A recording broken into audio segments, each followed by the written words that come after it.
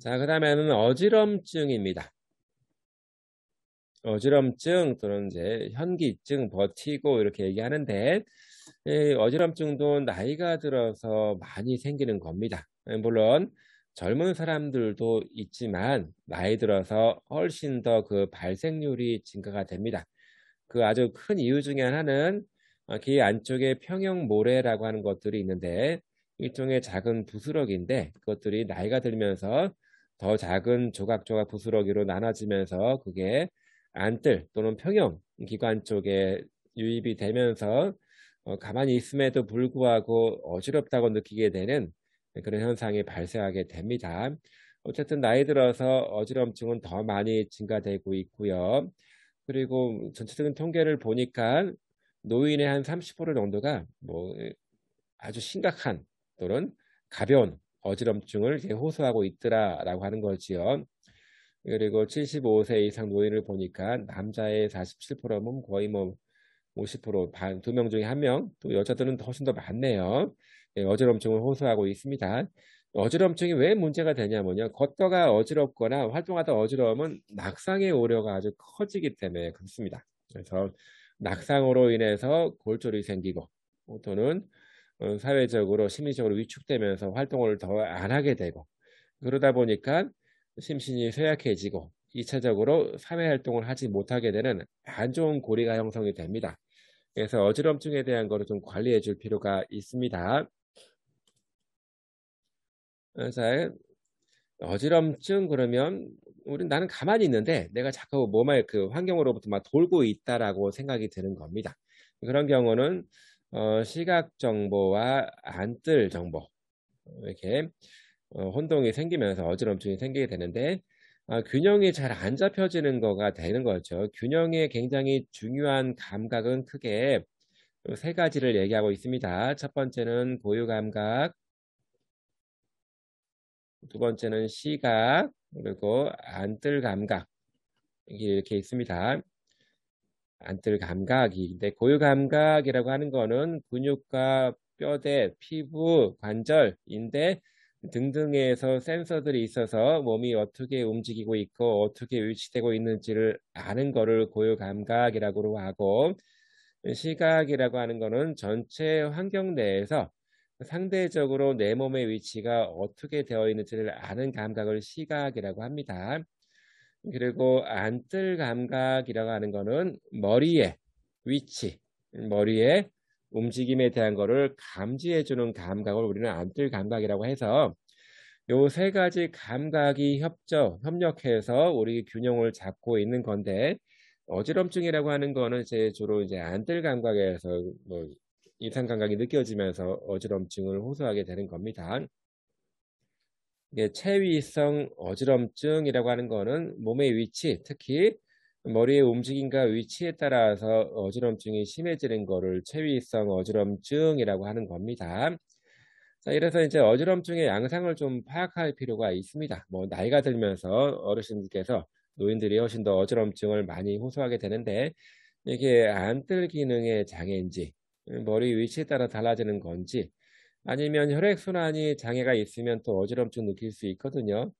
종종 심리적으로, 정서적으로 불안해도 어지럼증 느낄 수 있거든요. 그 원인과 양상에 따라서 관리, 치료할 수 있는 방법은 다르기 때문에 이거를 잘 파악하는 것이 중요하겠습니다. 대부분의 그 노인들 어지럼증의 원인은 안뜰 기능 장애입니다. 안뜰 감각이 잘못 감지를 하면서 어지럼증이 느껴지는 거지요. 주로 안뜰 기관이 퇴화되면서 생기는 겁니다. 그래서 사실은 젊은 사람들과 보다는 노인들 어지럼증이 상당히 관리하기가 좀 힘듭니다. 이거는 노화와 관련된 것들이 많아서 그렇고요. 종종 약 때문에 어지러워할 수 있거든요. 되게 노인들은 이런저런 약들을 많이 드십니다. 특히 뭐 진정제라든가 향정신성 의약품을 복용하고 있는 분들은 약물 효과 때문에 어지럼증을 느낄 수도 있겠고 혈압이 급격히 떨어지면서 갑자기 뇌로 가는 혈류가 부족해져서 어지러울 수도 있습니다. 또는 하지가 다리 쪽에 근력이 떨어지면서 균형을 잃고 어지러워할 수도 있는 거고요. 또 심리적으로 공황장애처럼 심리적인 요인 때문에도 정신질환 때문에도 어지럼증을 느낄 수가 있습니다. 안뜰 어지럼증이 가장 많아요. 안뜰 기관이 퇴화되면 생기는 어지럼증이 많고 중추성 어지럼증, 뇌졸중이라든가 파킨슨병처럼 중추신경계 쪽에서의 회로가 손상이 있으면서 어지럼증을 호소하는 경우도 많습니다. 그리고 원인을 알 수 없는 어지럼증도 있고요. 근데 원인에 따라서 접근 방식이 틀리기 때문에 어떤 뭐 기본적인 평가를 통해서 이제 어지럼증 원인을 알아내는 거는 굉장히 중요하겠습니다. 노인 어지럼증 유형을 보게 되면 균형 장애, 그러면 이건 뭐 서 있을 때 중심 못 잡고 휘청하고 쓰러지게 되는 것들을 이제 균형 장애라고 하고 여러 가지 이유가 있겠죠. 또 혀는 뭐 현기증 또는 어지럼증 버티고라고 하는 거는 자기 주변에 모든 게 막 돌고 있다라고 하는 느낌입니다. 그래서 뭐 몸이 가만히 있음에도 불구하고 세상이 막 돌고 있는 겁니다. 그럼 당연히 어지러울 수밖에 없는 거지요. 종종 머리가 움직여지면서 나빠집니다. 그 얘기는 머리 안쪽에 있는 안뜰기관 쪽에 문제가 있다는 뜻입니다. 그리고 실신성 어지럼증 해서 예를 들어서 우리가 오랫동안 누워있거나 앉아있다가 갑자기 빠르게 딱 서거나 움직이려고 하면 눈앞이 캄캄해지면서 어지럽지요. 그런 경우를 실신성 어지럼, 이거를 다른 말로 기립성 저혈압, 다시 말해서 혈액순환이 충분히 되지 않으면서 자세를 바꿀 때 뇌 쪽으로, 머리 쪽으로 혈액을 빠르게 충분하게 보내주지 못해서 어지럼증이 생기는 겁니다. 또는 사이코제닉, 시민성 어지럼증은 뭐 붕 떠 있는 것 같다. 뭐 또는 뭐 어디에 빨려 들어가는 것 같다. 그런 식의 느낌을 가지고 어지러워하는 거를 시민성 어지럼증이라고 하는데 이거는 뭐 그 심리적인 스트레스라든가 뭐 정서적인 스트레스 때문에 발생하는 거라서 기질적인 실질적인 원인에 대한 거는 찾을 수가 없는 거겠죠.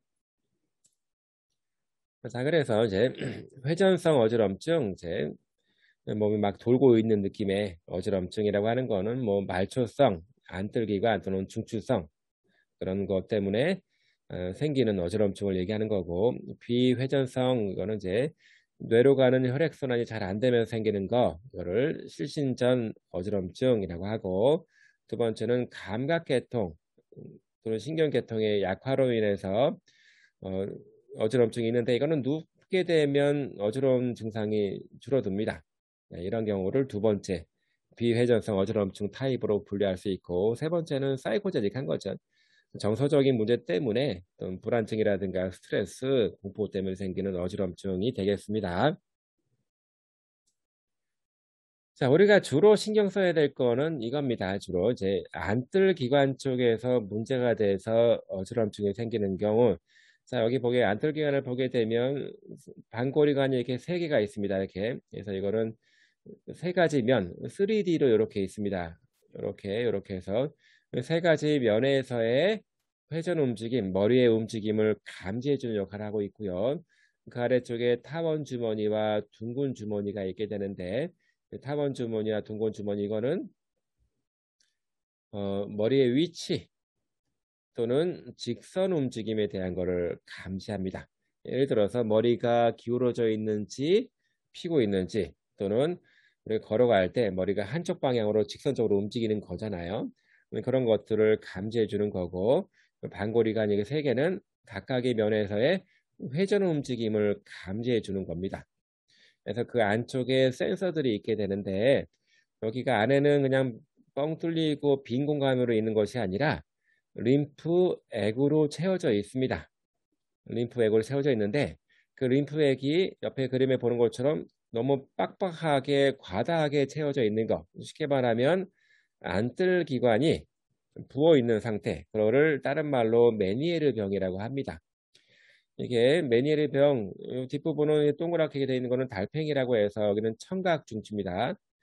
청각 중추에도 마찬가지로 청각을 감지해주는 기관인데 여기도 마찬가지로 림프액으로 채워져 있는데 메니에르 병은 전반적으로 달팽이와 이렇게 안뜰 기관에 전반적으로 림프액이 더 과다하게 채워져 있으면서 어지럼증과 더불어서 심한 경우에는 청각도 소실되는 그런 일도 생길 수가 있습니다. 이거는 병이에요, 병. 그래서 물리치료 통해서 붓기를 빼줄 수 있는 건 아니지만 어쨌든 간에 어지럼증이 발생하는 만큼 어지럼증에 잘 적응하고 활동할 수 있도록 만들어주는 치료를 할 수 있습니다. 그리고 양성, 발작성, 두위, 머리 위치, 그래서 위치, 현기증에서 비나인, 발작성, 파록시스말,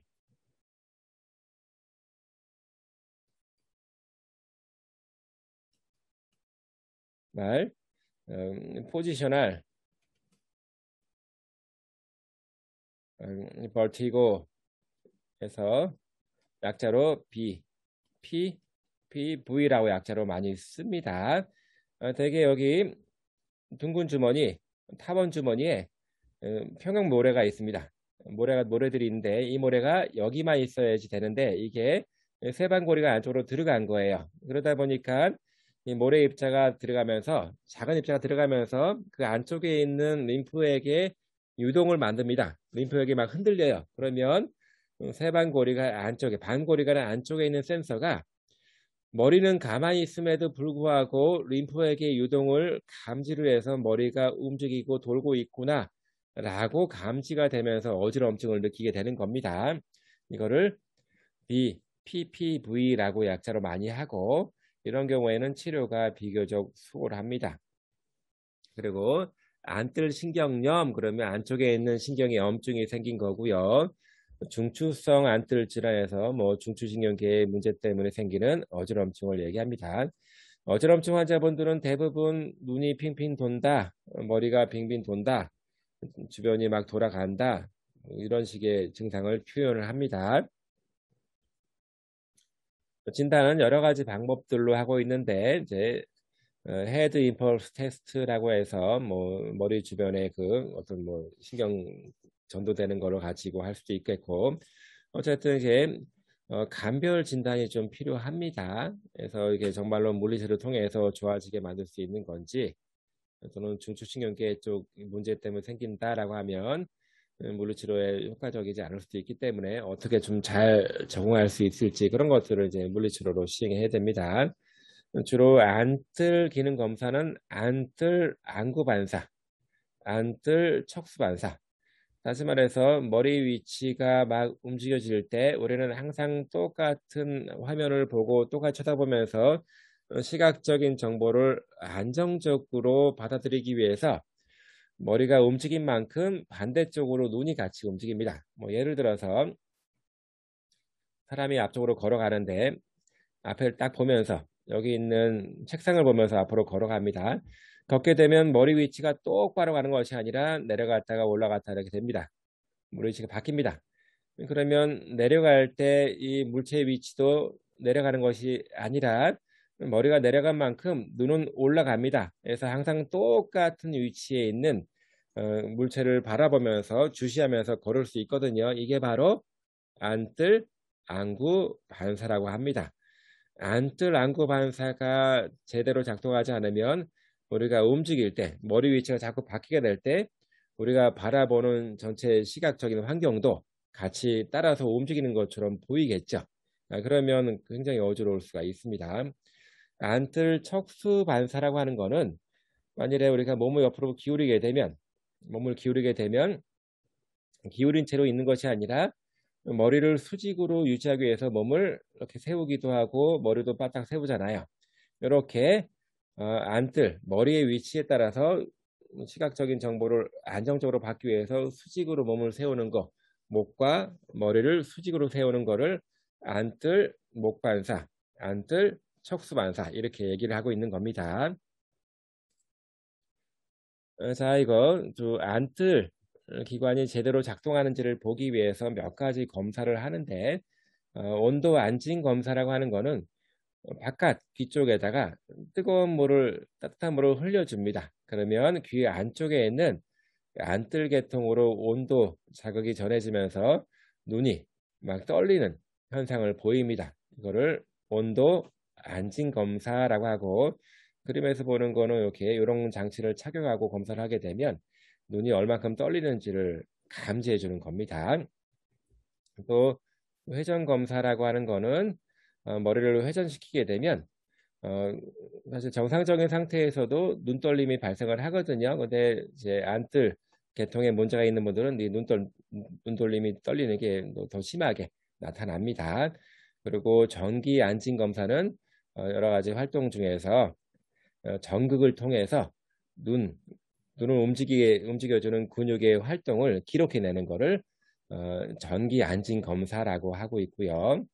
주시 안진 검사는 잘 쳐다보면서 눈이 떨리지 않게 그 물체가 움직이는 물체를 쳐다보면서 눈이 잘 따라오는지를 검사하는 방법을 주시 안진 검사라고 하고, 시운동성 안진 검사라고 하는 거는 그림에 보는 것처럼 이거를 이렇게 돌립니다. 그러면 이렇게 막대가 그려져 있잖아요. 그 막대를 쳐다보라고 하면 막대가 옆으로 회전될 때 눈이 따라가겠죠. 그러면 막대는 반대편으로 넘어가면 안 보일 거고, 또 반대쪽에서는 새로운 막대가 보이겠죠. 그런 식으로 해서 막대를 계속 쳐다보게 되면 눈동자는 계속 옆으로 이렇게 계속 왔다 갔다 움직이게 됩니다. 이런 것들을 보고 이상이 있는지를 검사하는 게 시운동성 안진 검사라고 하는 겁니다. 정상적으로 그 돌아가는 막대를 계속 쳐다보다 보면 이렇게 눈 떨리는 것처럼 보이게 되는데, 이런 것들이 원활치 않게 작동이 되면 뭔가 문제가 있다고 볼 수 있는 겁니다. 자, 치료를 통해서 어지럼증을 즉각적으로 해결하는 방법도 있고, 만일에 안뜰계통에 실질적인 문제가 있으면 즉시적인 해결이 어려울 수도 있습니다. 어쨌든 물리치료의 굉장히 중요한 목표는 안뜰 기능의 적응을 강화하는 겁니다. 안뜰 기능에 문제가 생겼기 때문에 안뜰 기능을 더 많이 사용할 수 있도록 해주는 거지요. 만일에 그리고 안뜰 계통을 잘 못 사용하게 되면 상대적으로 시각이라든가 고유 감각을 통해서 균형을 잡으려고 하는 노력을 더 많이 하겠죠. 근데 사실은 안뜰 감각이 심각하게 부족하면 시각 또는 고유 감각을 통해서 적응할 수 있도록 해주는 것은 굉장히 중요합니다만, 상대적으로 시각이라든가 고유 감각 정보를 더 많이 이용하게 되면 상대적으로 안뜰 감각을 덜 이용할 수밖에 없지요. 그래서 가급적이면 이게 뭐 치료 가능한 범위에 있는 경우다라고 하면 시각이라든가 고유 감각을 통해서 너무 많이 보상을 하는 것을 좀 억제를 시켜줄 필요가 있습니다. 또 균형을 못 잡고 자꾸 넘어질 수가 있어. 항상 불안을 호소하거든요. 이제 불안감을 어떻게 하면 떨어뜨릴 수 있을까 고민을 해야 되겠죠. 가장 중요한 거는 균형 능력을 회복하는 게 되게 중요하겠지요. 그래서 균형 능력이 회복이 되면 일상생활을 회복할 수 있고 보행을 좋게 만들 수 있습니다. 그리고 넘어지지 않게 해서 움직일 때 안전하게 활동할 수 있도록 만들어주는 겁니다. 특히 낙상 예방이 되게 중요합니다. 근데 노인들이라서 한 번 넘어지면 굉장히 큰 문제가 발생할 수 있어서 항상 낙상 우려에 크게 우리가 신경을 많이 써야 됩니다. 그래서 균형을 잘 맞출 수 있을 만한 운동. 그래서 특히 노인들은 시각적인 것도 많이 부족합니다. 왜 그러냐면 시각 노안도 있고, 또 특히 그 어두운 환경에서 밤이라든가 또 조명 상태 좋지 않은 실내 환경에서 상당히 거동하는 것을 불편해합니다. 그래서 가급적이면 조명을 밝은데, 그리고 밤에 활동하기보다는 환한 낮에 활동하는 것을 더 많이 할 수 있도록 만들어 줘야 되고요. 특히 집안에서 뭐 미끄러운 깔개, 또 어떤 집안을 보게 되면 카페트를 깔고 있는 집안들이 있는데, 걷다가 미끄러운 카페트를 밟고 넘어지는 경우가 굉장히 많습니다. 좋은 카페트는 미끄럼 방지 탭이 되어 있거든요. 근데 그런 거를 사용하라는 뜻이겠고, 또 계단은 높은 턱이 있는 거지요. 그래서 그 계단에서 넘어지지 않게 하기 위해서 가급적이면 계단을 사용하지 않는 것이 좋겠지만 계단을 굳이 사용해야 된다.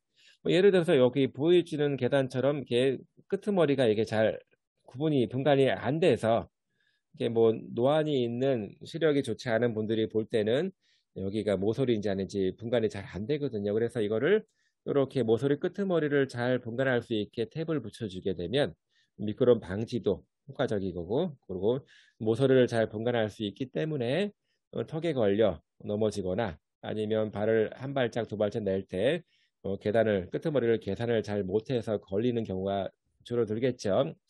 이렇게 이제 환경을 좀 바꿔주는 것도 이제 필요합니다. 또는 이제 뭐 식생활 습관과도 밀접하게 관련돼 있기 때문에 뭐 다이어트를 하거나 아니면 약물 치료 등등을 통해서 이제 관리를 해줄 수도 있습니다. 그래서 기존의 운동, 대표적으로 많이 쓰는 운동이 콕선 쿡시라고 하는 사람들이 개발한 운동이 있습니다. 그래서 주로 머리, 눈, 목의 움직임을 잘 활용해서 적응할 수 있도록 만들어주는 운동이고요. 처음에는 간단하게 시작해서 점점 더 복잡해지는 거고, 개인 운동에서 뭐 단체 운동 시작할 수 있게 되는 겁니다. 그래서 누운 상태에서 또는 앉은 상태에서 이렇게 안구 운동, 머리 운동을 시켜주는 거고요. 선 상태에서 또 눈을 뜨고 감고 해서 또 균형 잡고 있는 거에 대한 조금 더 어렵게 만들어주는 겁니다. 또는 움직이면서 활동하면서 하는 것들도 있게 됩니다. 맞춤 운동이라고 하는 거는 개인의 상태에 맞춰서 하는 운동을 얘기하겠습니다. 그래서 주시 운동이라고 하는 거, 주시 안정이라고 하는 거는 시각적인 정보를 안정적으로 받을 수 있게 하기 위해서 또 항상 눈을 초점을 맞추게끔 만들어주는 거를 주시 안정이라고 하는데 안뜰 계통에 문제가 있으면 주시 안정이 잘 안 됩니다. 그래서 안들 계통에 문제가 있는 상태에서 적응하는 거 또는 습관화시키는 거 또는 다른 쪽을 활용해서 하는 것 등등 여러 가지 영역들이 있겠습니다. 적응 운동이라고 하는 거는 일단은 제 타겟을 앞에 딱 갖다 놓고 머리를 한쪽으로 돌립니다. 그러면 눈은 반대쪽으로 돌리면서 타겟을 계속 보고 있는 거지요.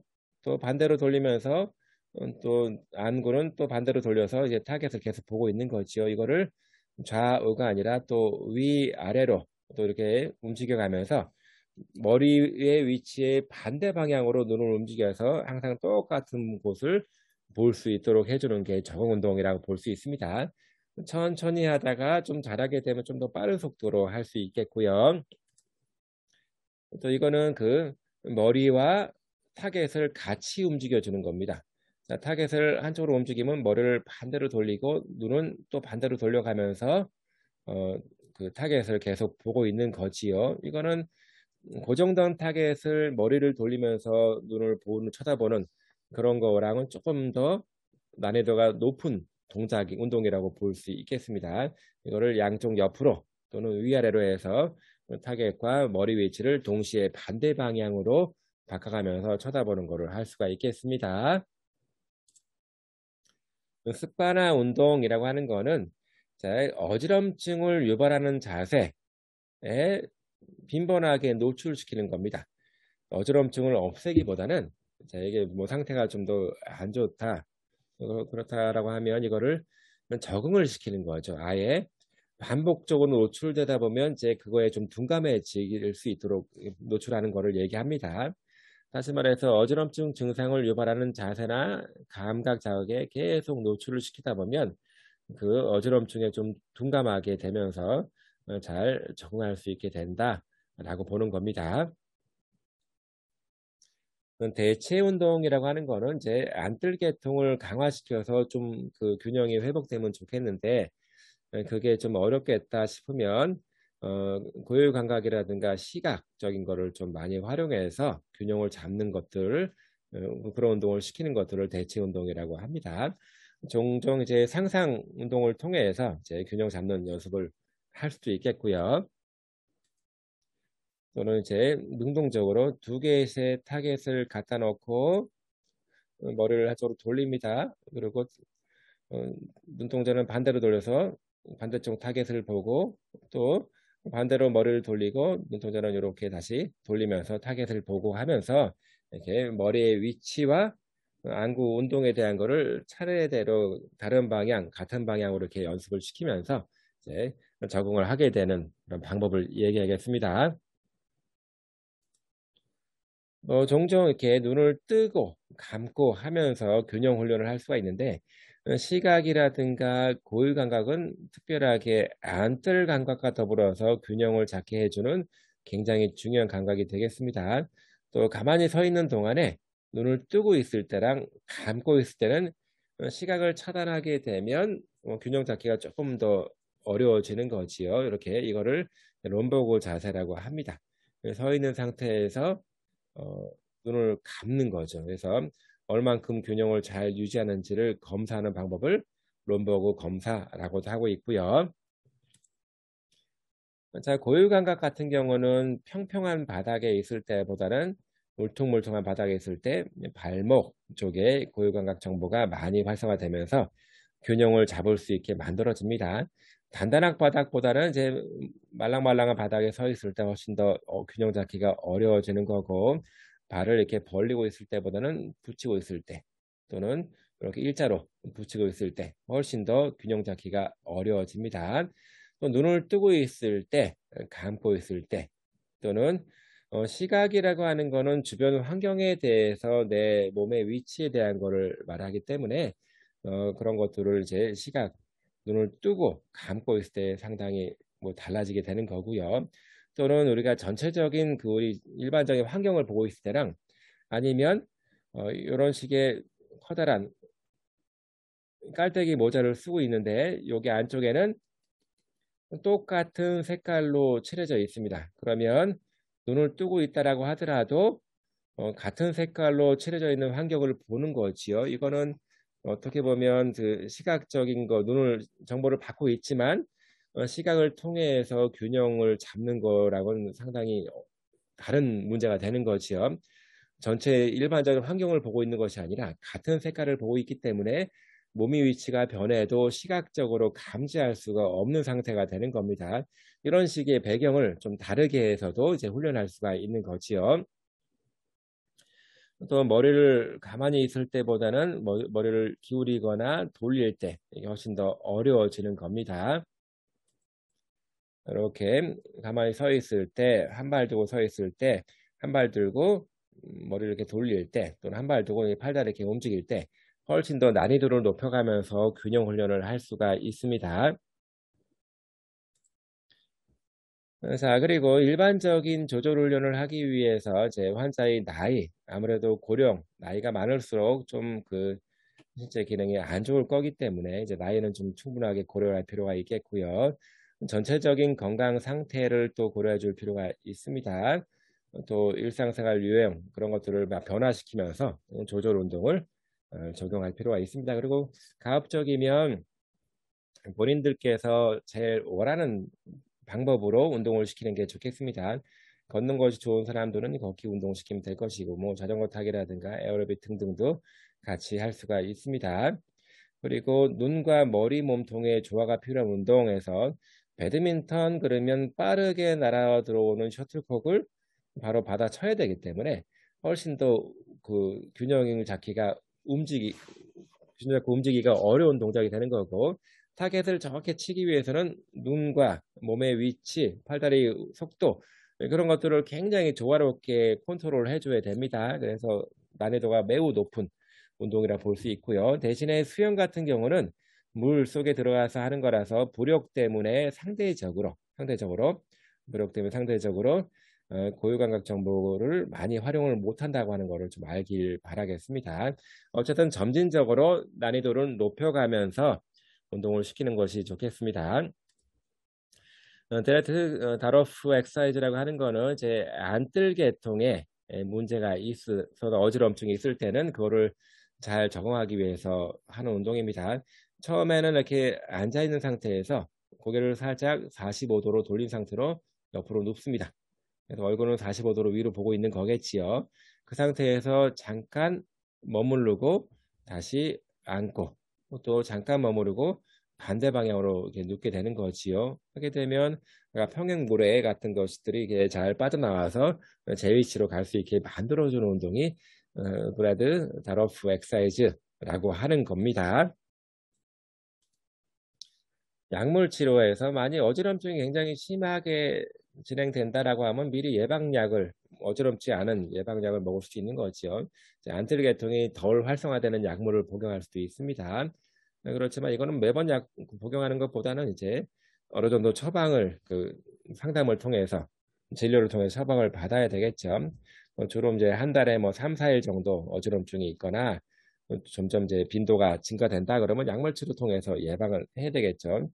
주로 안뜰 억제제 같은 거를 합니다만 이제 이거는 뭐 안뜰 기능을 약화시키는 거기 때문에 이게 오랫동안 복용해서는 안 되는 약들입니다. 그래서 굉장히 약물 복용에 좀 주의가 필요하고 반드시 진료를 통해서 처방을 받아야 되겠지요. 자, 어지럼증은 나이 들어서 생기는 가장 흔한 증상입니다. 그리고 나이 들수록 어지럼증의 유병률은 점진적으로 증가가 됩니다. 그리고 어지럼증의 빈도는 전정 또는 안뜰 계통의 어지럼증이 가장 많이 생기는 거고요. 또 중추성으로 인해서 생기는 어지럼증, 그리고 원인을 알 수 없는 어지럼증 이런 순으로 생깁니다.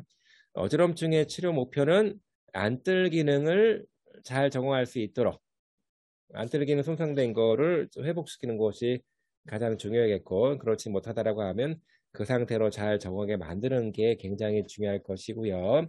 또 불안감을 떨어뜨려 주는 거 또는 ADL 일상활동을 회복시키는 것이 좋겠습니다. 개개인의 상태에 따라서 맞춤 운동을 할 수도 있고요. 기존에 개발되어 있는 거를 그냥 안뜰 계통을 잘 적응시키기 위해서 한꺼번에 같이 해줄 수 있는 기존 운동도 있습니다. 기성 운동이라고 하는 거는 이제 일정 양식의 운동을 동일하게 적용하는 것들이고 맞춤 운동은 개인의 상태에 맞게 주시 안정 또는 보행 등등에 대한 것들을 세분화시켜서 적용하는 거를 얘기를 합니다. 자, 암 재활입니다. 암 재활. 그래서 암도 마찬가지로 나이 들어서 훨씬 더 많이 생기고 있습니다. 네, 현재는 과거랑 좀 다르게 진단이 굉장히 빨리 됩니다. 빨리 되다 보니까 진단 이후에 신체 관리에 대한 필요성이 굉장히 크게 대두되고 있고요. 또 암 치료 기술이 굉장히 발전되면서 10년 전에 비해서 생존율이 몹시 증가했습니다. 자, 생존율은 증가됐고 이후에 신체 관리의 필요성 또 암이 재발되지 않도록 체중 관리라든가 여러 가지의 중요성들이 많이 크게 대두되고 있어서 그런 것들을 관리해 줄 전문가들이 훨씬 더 많이 필요하게 되었습니다.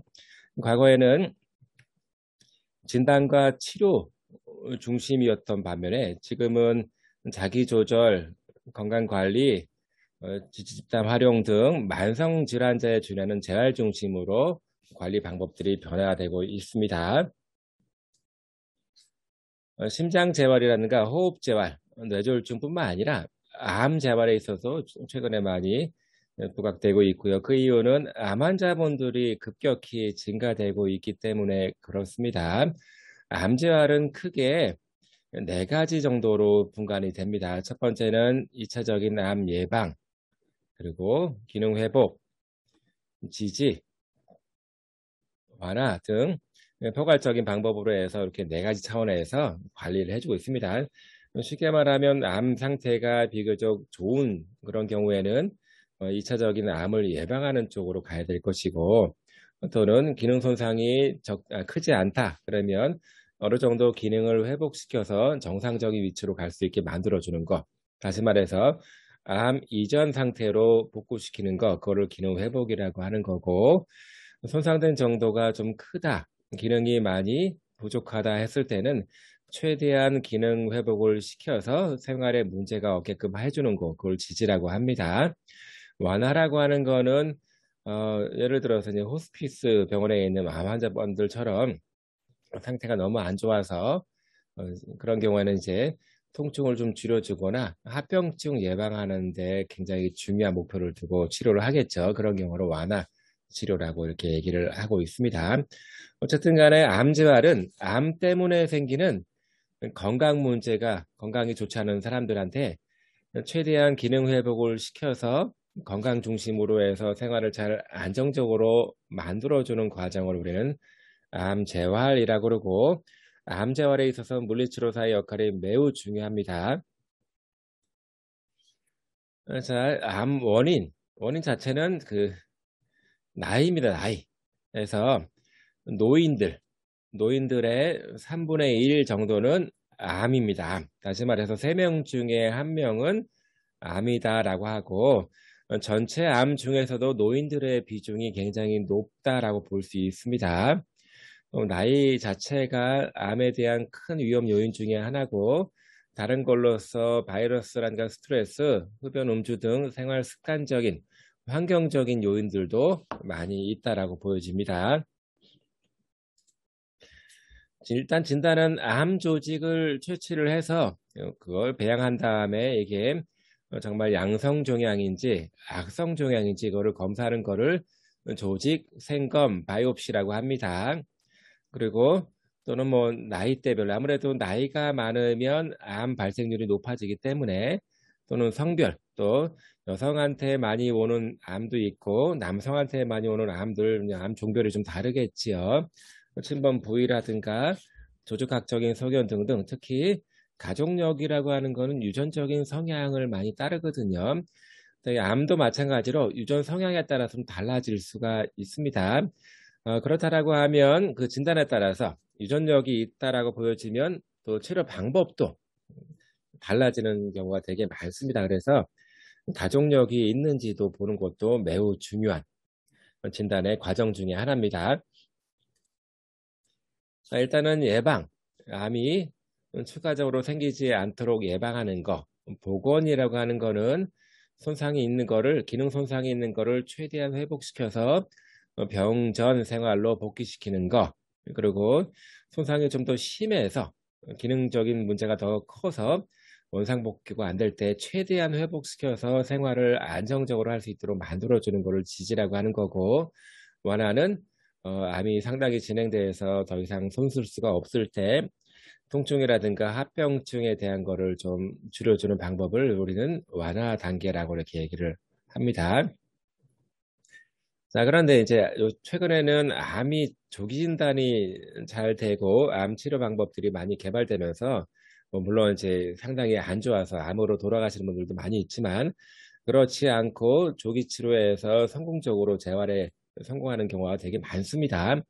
네, 그래서 암 환자분들이 뭐 질병이랑 치료 그 내에서 신체적으로, 심리적으로, 사회적으로 또는 직업을 갖고 활동할 수 있도록 최대한 기능 수준을 높여주는 거로 우리는 암 재활이라고 그러고 다시 말하지만 이제 암 재활에 여러 가지 팀들이 많이 들어가는데 물리치료사가 굉장히 중요한 위치가 됩니다.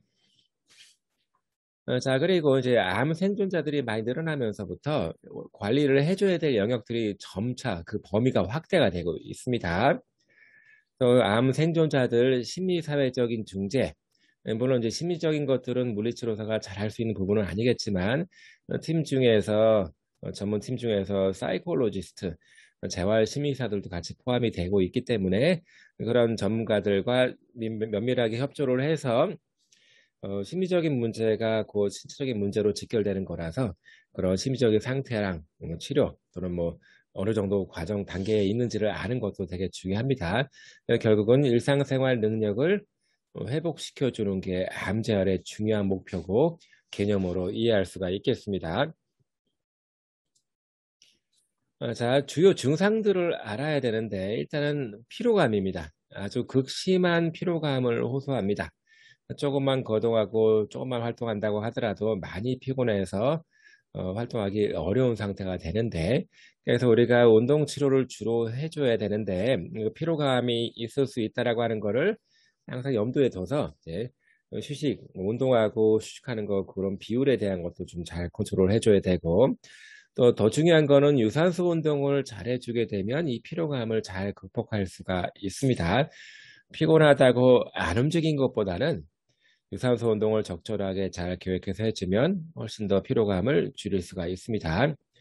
그리고 통증, 암성 통증에 대한 얘기는 많이 들어봤을 거예요.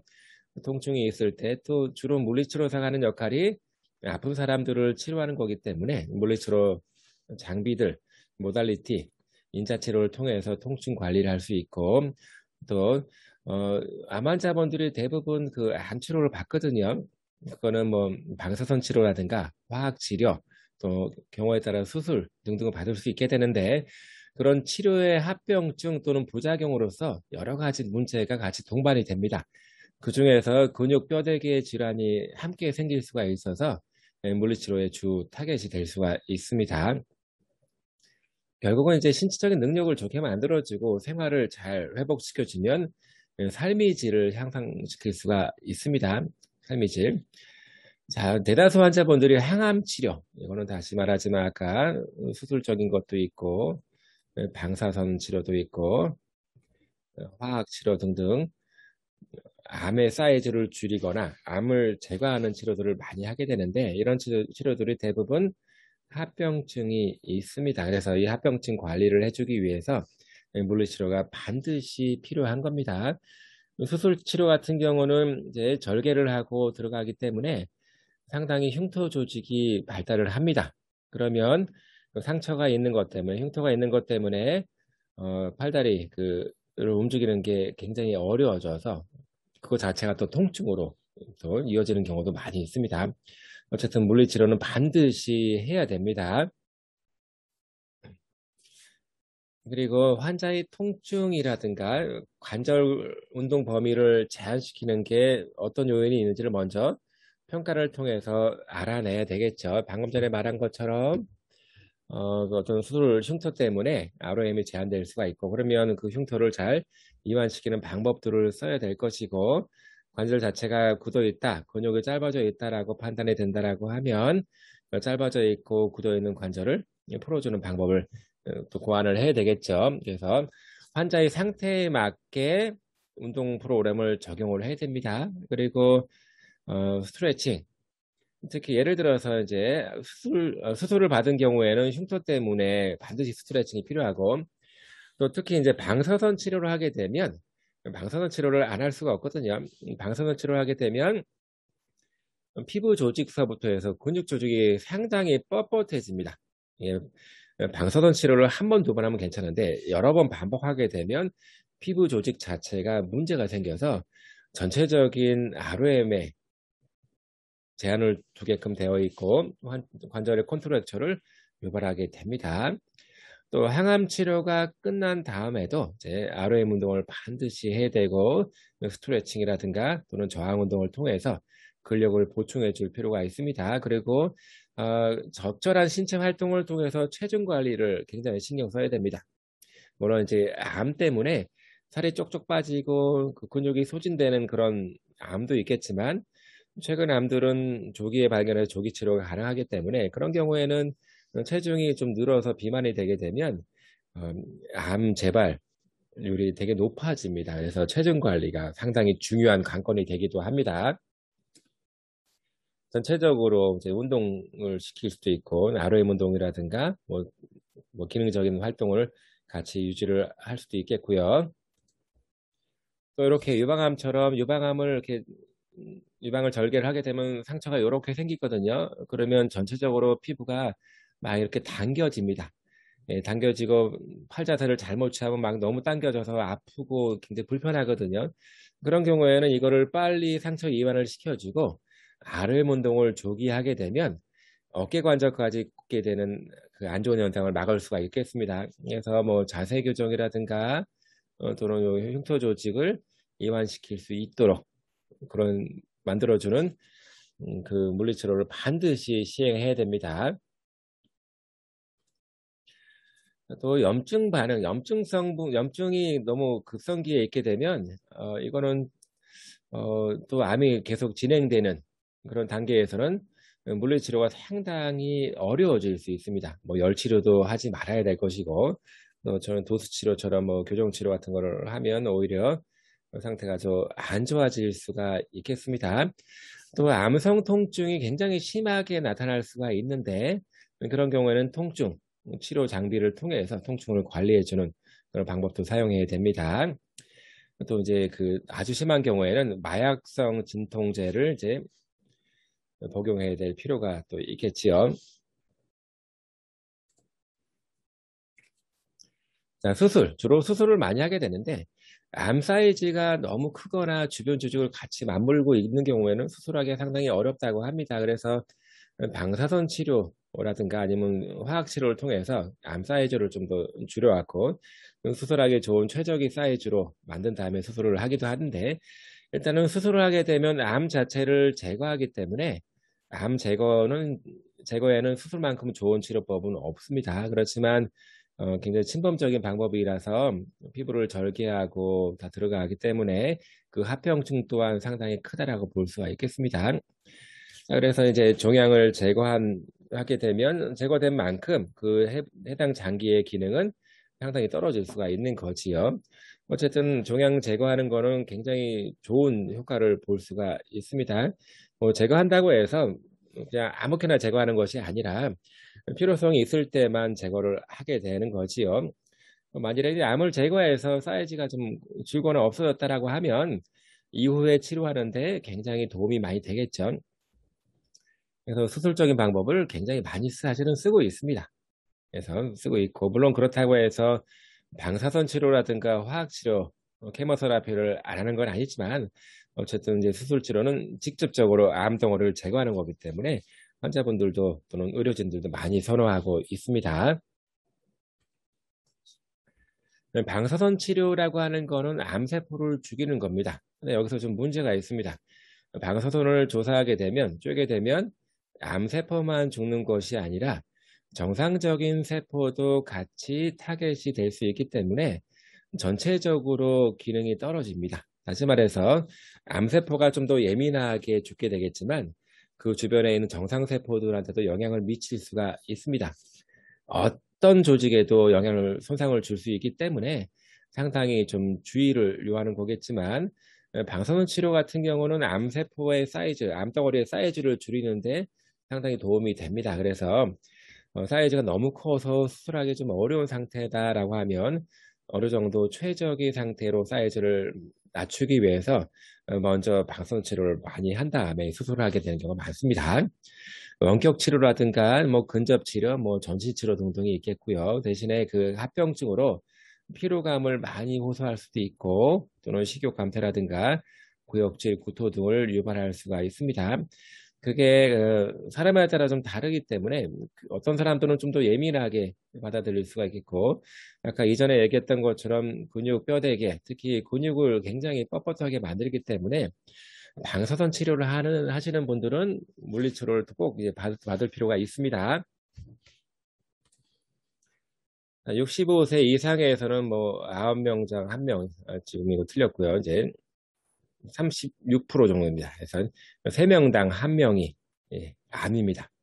주로 남자들이 많이 생기는 암이 있고 여자들이 많이 생기는 암이 이게 좀 다릅니다. 또 연령대별로 암 발생률은 좀 더 이렇게 높아지는 경향을 많이 보이고 있고 그리고 최근에는 조기 진단을 통해서 암 생존자들이 늘어나고 있기 때문에 그 이외의 신체 관리에 대한 거 굉장히 중요합니다. 그래서 과거에는 진단을 빨리 해서 어떻게 치료해야 되겠다라고 중심으로 많이 했다라고 하면 지금은 암 재활 중심으로 변화되고 있습니다. 다시 말해서 암 조기 진단, 조기 치료한 이후에 그 이후의 삶의 질을 또 생각해야 되기 때문에 그 이후의 재활 과정이 무엇보다도 중요하고 그 안에서 물리치료사 역할이 굉장히 중요하다라고 볼 수 있습니다. 또 항암 치료의 부작용 중에 하나는 말초신경병증도 있고요. 또는 근육뼈대개, 특히 근육 또는 피부 등등이 손상이 오거나 통증을 호소하게 되는 그런 합병증들이 부작용들이 올 수 있겠다라고 알고 있으면 좋겠습니다. 그래서 물리치료사는 환자의 통증과 ROM 범위에 대한 것을 면밀하게 조사를 해서 환자의 상태에 맞는 운동 프로그램을 적용하는 것이 무엇보다도 중요할 것입니다.